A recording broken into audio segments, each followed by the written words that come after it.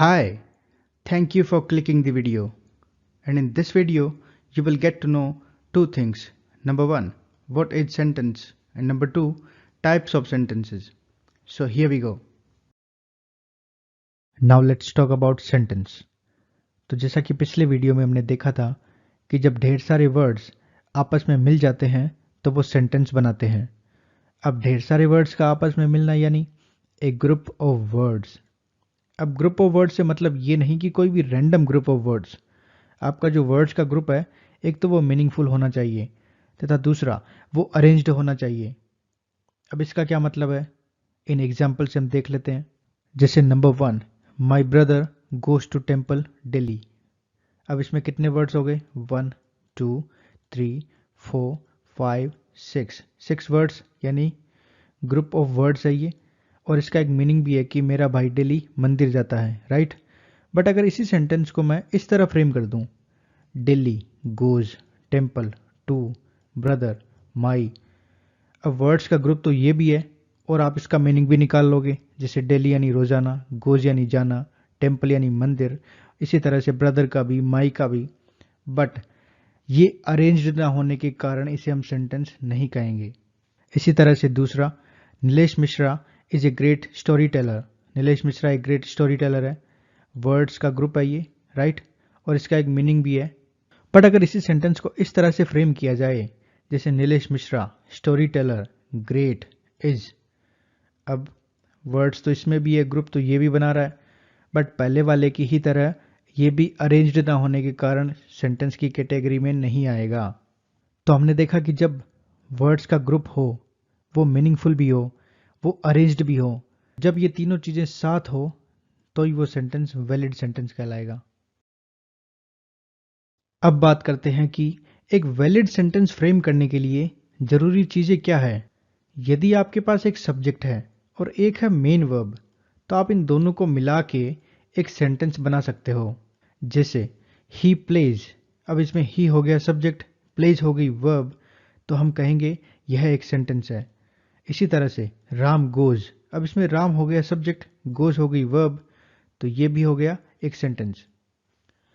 अब यहाँ पे फोकस करने वाली बात यह है कि सेंटेंस में मेन वर्ब कभी भी अकेले नहीं आएगी। जब भी मेन वर्ब आएगी वो अपना सब्जेक्ट साथ रखेगी, और जब भी सब्जेक्ट आएगा उसकी कोई ना कोई मेन वर्ब भी जरूर होगी सेंटेंस में।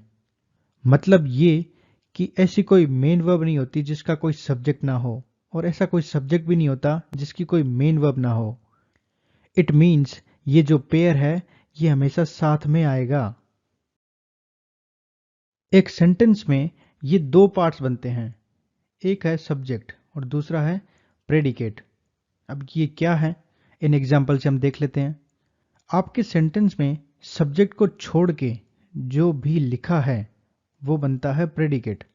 जैसे Ram went to the office, अब इसमें राम हो गया सब्जेक्ट और ये जो वेंट टू द ऑफिस है ये हो जाएगा प्रेडिकेट। नेक्स्ट है करण लिव्स इन दिल्ली, अब इसमें करण हो जाएगा सब्जेक्ट और ये जो लिव्स इन दिल्ली इसे हम कहेंगे predicate.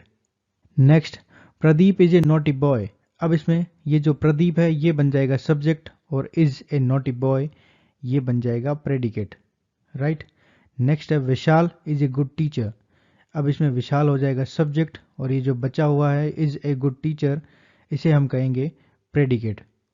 I think you have got it.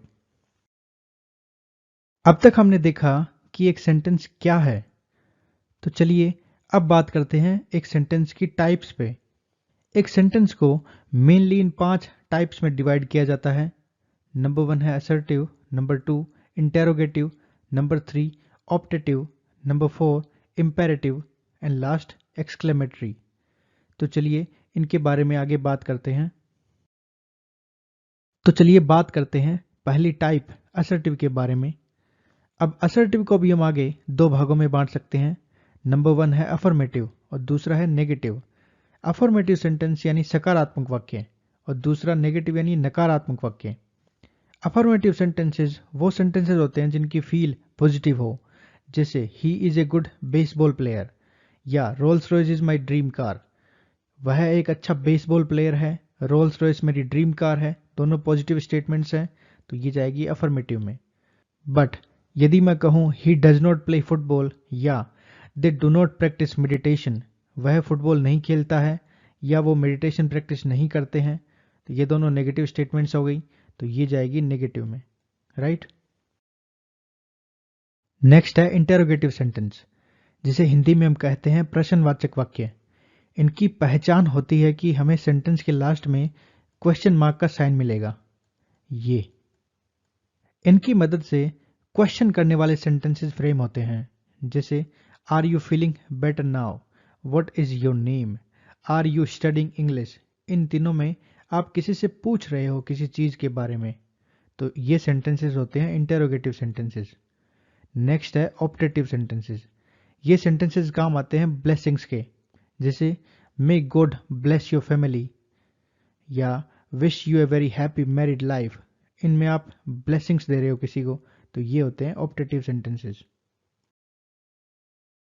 Next है इंपेरेटिव। इसमें ऑर्डर, एडवाइस, रिक्वेस्ट या इनविटेशन इस टाइप की फील के सेंटेंसेस आते हैं, जैसे शट द डोर, यानी आप किसी को ऑर्डर कर रहे हो कि दरवाजा बंद कर दो।